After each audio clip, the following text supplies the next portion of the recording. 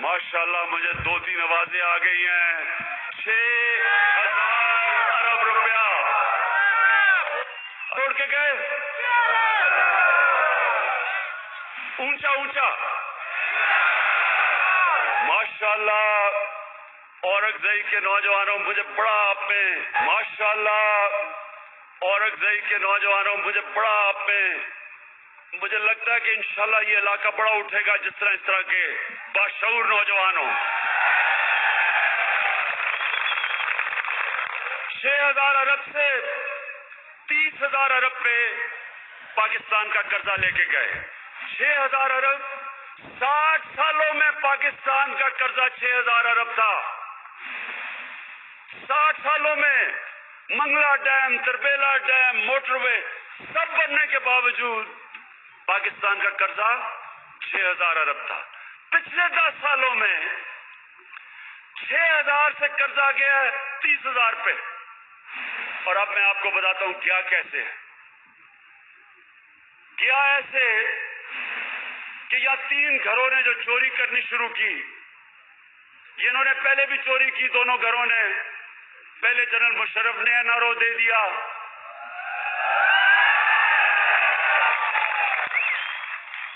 نواز شریف خاندان کو سعودی عربیہ جانے دیا اور وہاں جانے دیا اور پیچھے خدائبہ پیپر مل جو منی لانڈرنگ کا کیس تھا وہ بند کر دیا. اچھا منی لانڈرنگ کیا ہوتی ہے؟ منی لانڈرنگ ہوتی ہے یہ ذرا سنیں آپ نے. منی لانڈرنگ جس کی وجہ سے آج اگر یہ ہمارے اوپر قرضے نہ چڑھے ہوتے، یہ جو آپ نے ڈیمانڈ دی ہے نا یہ کچھ نہیں ہے. میں آج آپ کے پاس آ کے وہ اناؤنسمنٹس کرتا یہ سارے میں علاقے کو بدل دیتا آپ یہاں کے. لیکن بدقسمتی سے آج ہمارے پاس وہ پیسہ نہیں ہے. اس ملک پہ جو قرضے چڑھے ہوئے ہیں صرف دن کا قرضوں کے اوپر جو ہم سود دیتے ہیں وہ ہے 6 ارب روپے سے زیادہ. کروز ہے ملک. میں اس طرح پہ پیسہ خرچ نہیں کر سکتا جو کرنا چاہیے کیونکہ آپ کے وہ علاقے ہیں جو پیچھے رہ گئے ہیں. میری ساری تحریک انصاف کی ہمارا فلسفہ یہ ہے کہ ہم نے اپنے نچلے طبقے کو اوپر اٹھانا ہے اور ان علاقوں کو اوپر اٹھانا ہے جو پیچھے رہ گئے ہیں. جس طرح قبائلی علاقہ ہے، جس طرح بلوچستان کے علاقے ہیں، جس طرح پنجاب میں DG خان، راجن پور یہ پیچھے رہ گئے ہیں. تو اگر آج پیسہ ہوتا تو سب سے پہلے ان علاقوں پہ ہم خرچ کرتے تاکہ لوگ اوپر آتے. لیکن قرضے چڑھے ہوئے ہیں. ہم یہ قرضے اتاریں گے انشاءاللہ. یہ ابھی ٹائم لگے گا لہذا اس وقت وہ پیسہ نہیں ہے. لیکن یہ سمجھیں کہ یہ ہمارے پر قرضے اس لیے چڑھے کہ پہلے NRO دیا مشرف نے شریف خاندان کو باہر جانے کے لیے. خدائبہ پیپر مل کا منی لانڈرنگ کیس اس نے وہ بند کر دیا. اس میں 1 ارب روپیہ پاکستان سے چوری ہو کے باہر گیا تھا. پھر اس نے آصف زرداری کو NRO دے دیا 2008 میں واپس آنے کا. اس کے سارے کیس معاف کر دیے. لیکن انہوں نے کیا کیا؟ جب یہ دونوں واپس آئے 2008 میں تب سے پاکستان کے اوپر قرضے چڑھنے شروع ہو گئے. لیکن ان کی دولت بھی بڑھنی شروع ہو گئی. ادھر زرداری کی اور اومنی گروپ کی دولت بڑھ گئی. ادھر نواز شریف کی نئی کمپنی ہل میٹل وہ دولت اس کے 2 بچے جا کے باہر بیٹھ گئے لندن میں، وہ اربوں پتی بن گئے. کبھی سنا ہے کہ 3 دفعہ پرائم منسٹر کے 2 بیٹے کہتے ہیں کہ ہم تو پاکستانی شہری نہیں ہیں. لندن میں بیٹھ کے اربوں پتی 600 کروڑ روپے کے گھر میں رہنے والا نواز شریف کا بیٹا کہتا میں پاکستان شہری نہیں، میں جواب دہ نہیں ہوں. انہوں نے پیسہ بنایا وہ اربوں پتی. پھر شہباز شریف نے کہا اگر ایک دھیلے کا بھی کرپشن میرے پہ ثابت ہو جائے تو میرا نام بدل دینا.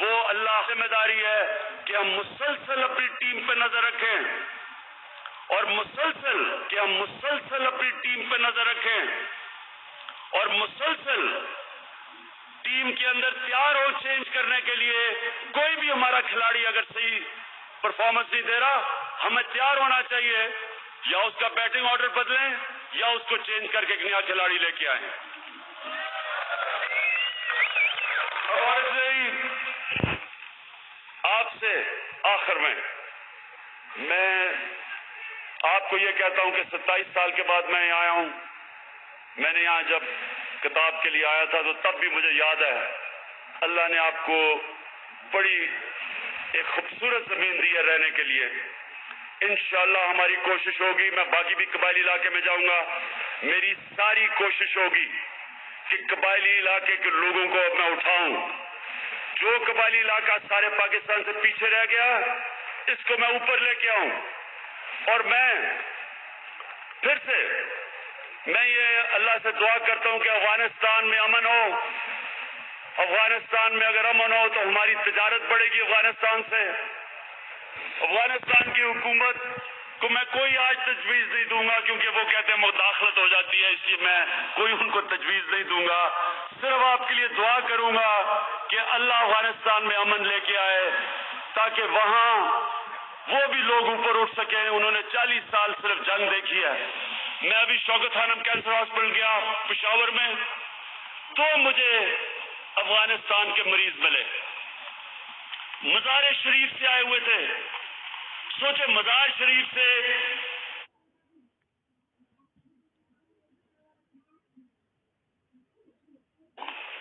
پشاور میں شوکت خانم میں علاج کروانے آئے تھے. میں یہ امید رکھتا ہوں کہ انشاءاللہ افغانستان میں تھوڑے حالات بہتر ہوں. میں شوکت خانم کو کہوں گا کہ پوری کوشش کریں افغانستان میں بھی ایک کینسر ہاسپٹل بنائیں تاکہ مریضوں کو اتنی دور علاج کروانے کے نہ آنا پڑے. بہت بہت شکریہ.